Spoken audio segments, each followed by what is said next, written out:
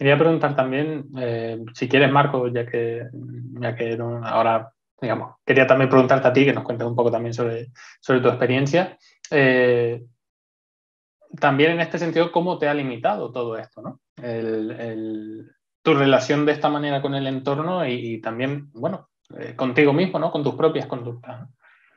Sí, a ver, a mí realmente yo es algo que he escondido hasta los veintitantos, que no vamos, no se lo he contado a nadie, que yo llevaba a cabo determinadas compulsiones o que yo tenía determinados pensamientos intrusivos o lo que fuera, más allá de mi familia, mi hermana, mis padres, que sí, que evidentemente convivían conmigo y veían que pasaban algunas cosas raras. Luego ya en la adolescencia, cuando estuve con mi primera novia, ahí con ella sí que compartí ciertas cosas, pero más allá de eso, yo no se lo contaba a nadie. Yo me sentía un loco y además en esos momentos había todavía más estigma que ahora, creo yo. Entonces, el hecho de decir, oye, mira, a mí me vienen estos pensamientos y tengo la necesidad de hacer esto, era como, mira, estoy tarado y no puedo decir estas cosas. Luego ya creo que con el tiempo hemos conseguido psicoeducar un poco a la población y ahora mismo quizá no haya tanto estigma, pero en esos momentos era muy complicado. Y en cuanto a limitaciones en mi cotidianidad, mm, a ver, evidentemente ese cansancio, esa fatiga, pues repercute mucho.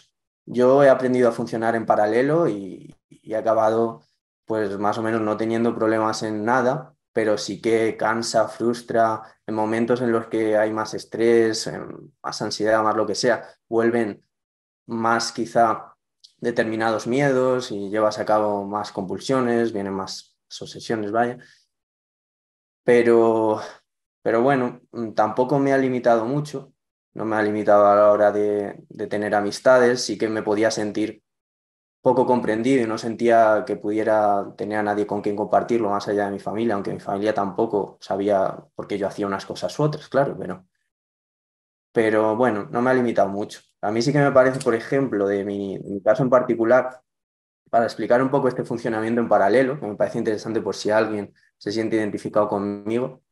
Y es que yo ahora mismo, por ejemplo, mientras estoy hablando aquí en la conversación, pues digamos que estoy pensando todo el rato en otras cosas aparte de estar prestando atención. Y como lo mío siempre, siempre, siempre, siempre ha ido ligado a los números, yo es como que todo el rato estoy haciendo cálculos. Estoy sumando, estoy restando, estoy multiplicando y a lo mejor yo estoy aquí tocando el papel y sin darme cuenta, yo he sumado a lo mejor las dos veces que toca el papel. Y tengo aquí un contador en paralelo que es muy rayante, porque dices, ¿y esto de dónde viene? Y puede parecer un número aleatorio el que vas contando, pero yo lo he comprobado de, por ejemplo, hace años, a lo mejor el salir a la calle, ir paseando, ir prestando atención en el paseo o en la persona con la que estoy paseando o lo que sea, y luego pararme a pensar y decir, ¿por qué número voy? Por así decirlo. Y realmente coincidía con los pasos que yo estaba dando. O sea, al final ha sido un entrenamiento en cálculo, en memoria también en cuanto a lo numerístico, bestial. Yo recuerdo que, claro, amigos míos, por ejemplo, me decían un número de teléfono a la primera y yo lo recordaba durante años y lo sigo recordando durante años. Y ese tipo de cosas se me han grabado a fuego porque yo he ido entrenando todo el rato con el tema de los números de una manera bestial y tenía una facilidad de cálculo muy bestia que bueno, dentro de lo que cabe, pues entiendo que puede ser algo bueno, algo positivo, pero también frustra y cansa muchísimo el estar todo el rato con números en la cabeza. Yo entraba en una habitación y no es que lo viera como tal, pero para mí toda la habitación ya estaba como dividida en números. O sea, ya había una parte que era la uno, otra la 2, otra la 3, otra la 18 y todo, absolutamente todo estaba cuadriculado. Y mi cabeza, digamos, por decirlo coloquialmente, mm, estaba todo el rato haciendo sumas, restas, cálculos entre sí. Ujú. Claro, lo que obviamente pues llega a ser agotador, ¿no? O sea, de estar todo el rato con esas conductas y sobre todo sintiéndolas de esta manera como intrusivas, como que, ¿no? Que tú sabes que son irreales y que no las quieres, ¿no? Las vives de forma desagradable. Me ha parecido también muy importante esto que has comentado del estigma, ¿no? Que has estado hablando del estigma que hay, ¿no? Y que por suerte cada vez es menor, pero creo que sigue habiendo, y también por eso te quería preguntar a ti, Laura. Me ha llamado la atención además que antes existe una relación de comparación, ¿no? También con el comportamiento psicótico, y es que esto me ha recordado a una clase con un profesor que comentaba que era funcionalmente se podía comparar la conducta, digamos, psicótica con las compulsiones, de tal manera que si no desarrollas una compulsión que alivie tu ansiedad o esas obsesiones, la ansiedad que estás sintiendo, es probable que encuentres otra forma de aliviarla. Al final, si sientes una ansiedad muy grande, tienes esa necesidad de aliviarla, desarrollas esas otras conductas, ¿no? Y al final, ¿por qué lo digo? Porque como que el comportamiento psicótico es como el culmen, ¿no? Del estar loco, ¿no? Entonces, me parece muy interesante hacer esta relación de cara a que pues, es una relación funcional que nos dice que son conductas, ¿no? Y bueno, quería preguntarte sobre esto y un poco también qué te has encontrado tú, ¿no? Sobre, con este estigma, ¿no? Si te lo has encontrado tú misma también y con tus usuarios, ¿no?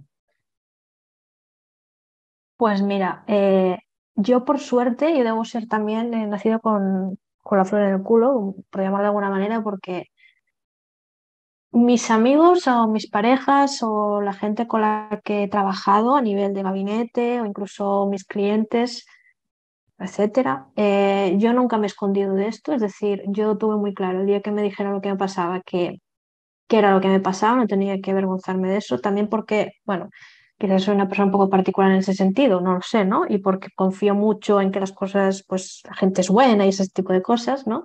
Pero yo nunca, yo siempre lo decía, no iba con el cartel delante, pero si alguien sacaba el tema de eres psicóloga y hay los locos y no sé qué, pues yo lo decía, ¿no? Yo tengo un diagnóstico psiquiátrico, pues bueno. Y nadie me ha rechazado ni me he sentido juzgada en ningún momento, gracias a Dios. Es decir, sí que mis padres lo vivieron muy mal, es decir, cuando a mí me dieron un diagnóstico, y mi padre es psicólogo, así como apunte, ¿no? Pero lo vivieron fatal. Eh, es como, bueno, pues deja de hacer cosas y ya está, pues no te lavas las manos y ya está. Es como, bueno, no. Tampoco hicieron mucho por entenderme en ese sentido. Yo creo, para no sufrir, yo creo que no lo hicieron con mala intención ni mucho menos. Es como, prefiero no saber mucho. Además, yo ya vivía afuera cuando me dieron el diagnóstico, es decir, no les veía. Bueno, les veía 2 veces al año, es decir, tampoco me preguntaban mucho, me preguntaban cómo estás, pero me preguntaban qué tal con tu terapia, qué tal, no se involucraron, que yo creo que lo agradezco al final, porque si no también es algo que ellos no podían hacer nada porque no estaban conviviendo conmigo. Yo creo que si hubieran convivido conmigo, como los padres de Marcos, quizás, ¿no? Pues sí que se hubieran tenido que mojar, y hubieran tenido que asumir ciertas cosas y bueno, y aún así, como dice Marcos, yo creo que la familia, por mucho que esté ahí, que te apoye, no acaban de entender nunca lo que es.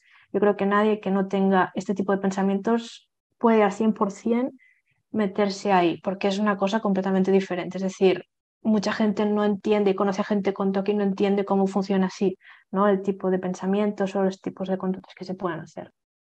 Y bueno, ahora voy con la psicosis, pero con respecto a Marcos me ha hecho mucha gracia lo que me has dicho de que, bueno, lo que has contado, ¿no? De que yo, se me dan muy bien los números, o sea, yo estoy entrenado, y es verdad, es decir, cuando haces una conducta y te esmeras en hacerla perfecta y en hacerla correctamente y en ser súper consciente en todo momento de lo que estás haciendo, porque es una hiperfocalización exagerada, que eso también contribuye a que la conducta se mantenga, ¿no? Al final pues desarrollas habilidades, es decir, eso es así. Yo, por ejemplo, tengo la habilidad maravillosa, por llamarlo de alguna manera, evidentemente es ironía, de encontrarme suciedad por la calle. Es decir, yo veo una tirita a 10 metros, veo un papel, veo una mancha en la pared, veo cuando voy a un restaurante, aunque no esté buscando, veo todas las cosas que están sucias de los cubiertos y demás. Y con respecto a eso, haciendo un poco de broma, pero es que es verdad, yo con el COVID lo tenía todo súper entrenado porque yo ya tenía todo de contaminación, yo llegaba, me lavaba las manos, lavaba la ropa, me descalzaba, desinfectaba utensilios de casa, etcétera. Es decir, ese gran cambio que para todos fue la pandemia, las conductas que tuvimos que aprender todos, ¿no? Un poco de la noche a la mañana, de no tocarnos, de estar pendientes, ¿no? De limpiar todo, eso yo lo tenía, vamos, súper automatizado y para mí fue un paseo. Es decir, a mí me resultaba incluso tan reforzante esa situación. Para mí fue mi paraíso en vida. Es decir, que todo el mundo fuera tan cuidadoso, nadie se tocara, no hubiera no, problema de, no sé, hubiera geles por todas partes. Para mí eso era Disneylandia. O sea, en ese momento era como, ¿no? Y de hecho muchos clientes que, bueno, algunos míos y otros de otros compañeros, y por lo que he ido leyendo, recayeron muchos de ellos en de contaminación, porque realmente te estaban reforzando algo que habías estado entrenando a dejar de hacer. Entonces volvías a hacerlo. Y eso, claro, supuso un gran hándicap, ¿no? Y, y bueno, con respecto a la psicosis, yo por lo que me han explicado mis terapeutas y demás, hay una puerta muy fina entre el TOC y la psicosis, entendida como las conductas que aparecen. Y de hecho, el pensamiento delirante es típico del TOC. Es decir, aunque tú seas consciente de que eso no puede suceder o de que eso no tiene relación con el mundo racional, por llamarlo de alguna manera, lo que estás pensando, lo que estás haciendo, sí que hay a veces pensamiento muy delirante que te llegas a cuestionar si realmente te crees lo que estás pensando. Es decir, siempre hay una duda, siempre hay un aferramiento a la realidad, pero a veces se te va porque la ansiedad es muy alta, porque, bueno, ¿no? Y evidentemente, si no viéramos, es que yo, por eso digo los diagnósticos, esa tautología de etiquetarlo todo, a mí me parece que es absurda, porque tú ves una persona con TOC descontaminando su casa y tú puedes pensar que está psicótica, porque no sabes lo que está pensando, pero la conducta puede ser exactamente igual, por ejemplo, ¿no? Es decir, claro, tenemos que analizar muy bien lo que pasa, lo que está pensando y por qué hace lo que hace en realidad, ¿no? Pero es que por eso estoy tan contenta de haberme topado con el conductismo, porque es que realmente es una vuelta increíble a todo el aprendizaje que llevaba hecho, ¿no? Y a todas las creencias y a todos el estigma que favorece, a mi modo de ver, el modelo biomédico al 100%. Es decir, si no hubiera modelo biomédico, seguramente el estigma sería mucho más bajo, desde luego, y, y por desgracia sigue existiendo y es el predominante el modelo, así que estigma vamos a tener a patadas. Y creo que hablar y divulgar por eso es tan importante y por eso lo hago yo también, ¿no? Para intentar desmitificar, intentar que la gente pues no se asuste y no se le venga el mundo encima cuando le dan un diagnóstico, básicamente. A mí me parece, vamos, crucial todo lo que dices y sobre todo esa distinción que para mí también el descubrirlo desde el análisis de conducta me cambia un poco el parecer de todo, que es el forma y función y el cómo al principio, pues, bueno, todo lo que es el modelo biomédico y todo lo que estamos más acostumbrados a ver se basa mucho en la forma, en el síntoma, pero no atiende al porqué, a la función. Y yo sí que quería agregar que me estaba acordando ahora también, mientras hablábamos, de que antes me ha preguntado Luis un poco en qué me ha podido limitar la vida. No he destacado ninguna cosa, pero en realidad es que sí que ha habido bastantes cosas que yo he acabado habituado a ello, pero que en un principio me empezó a limitar mucho. Y es, por ejemplo, que yo evité muchas situaciones en las que pudiera estar sobrepensando. Es decir, yo intentaba hacer cosas en las que tuviera muchísima más estimulación y así evitar un poco que vinieran esas obsesiones, esos pensamientos. Por ejemplo, yo en el instituto sí que dejé bastante, bueno, tampoco, sí, dejé un poco de lado los estudios entre comillas, o sea, en ningún momento me repercutió porque por suerte seguía más o menos sacando buenas notas y ese tipo de cosas, pero sí que lo dejaba todavía más para el último momento. O sea, evitaba al máximo el ponerme delante del libro, el ponerme a leer cosas, porque en esos momentos, como la estimulación era un poco plana, sí que había más posibilidad, digamos, de que me vinieran más obsesiones, más pensamientos y yo tuviera mayor malestar. Eh, bueno, poco a poco sí que fui recuperando esas áreas y sobre todo el leer, que era una de las cosas que yo disfrutaba, sí que lo he ido recuperando más, pero he estado mucho tiempo funcionando de esa manera de evitar hasta el último momento y claro, lo peor es que me funcionaba. Entonces, si yo al final más o menos estaba obteniendo un rendimiento académico bueno, aunque fuera un poquitín peor, pero un rendimiento académico bueno, pues yo seguía funcionando así. Decía, mira, voy a evitar el malestar hasta el último momento. Y ya en el último momento me pongo con el libro, a leer, a un montón de cosas, pero aún así yo recurría también mucho a otros métodos. Por ejemplo, yo he estudiado casi toda la vida moviéndome diciéndomelo en alto, con una pelota también yo. O sea, estaba paseándome a lo mejor por la casa con una pelota, diciéndomelo en alto y al final dándome a mí muchísima más estimulación para no poder pensar en otras cosas.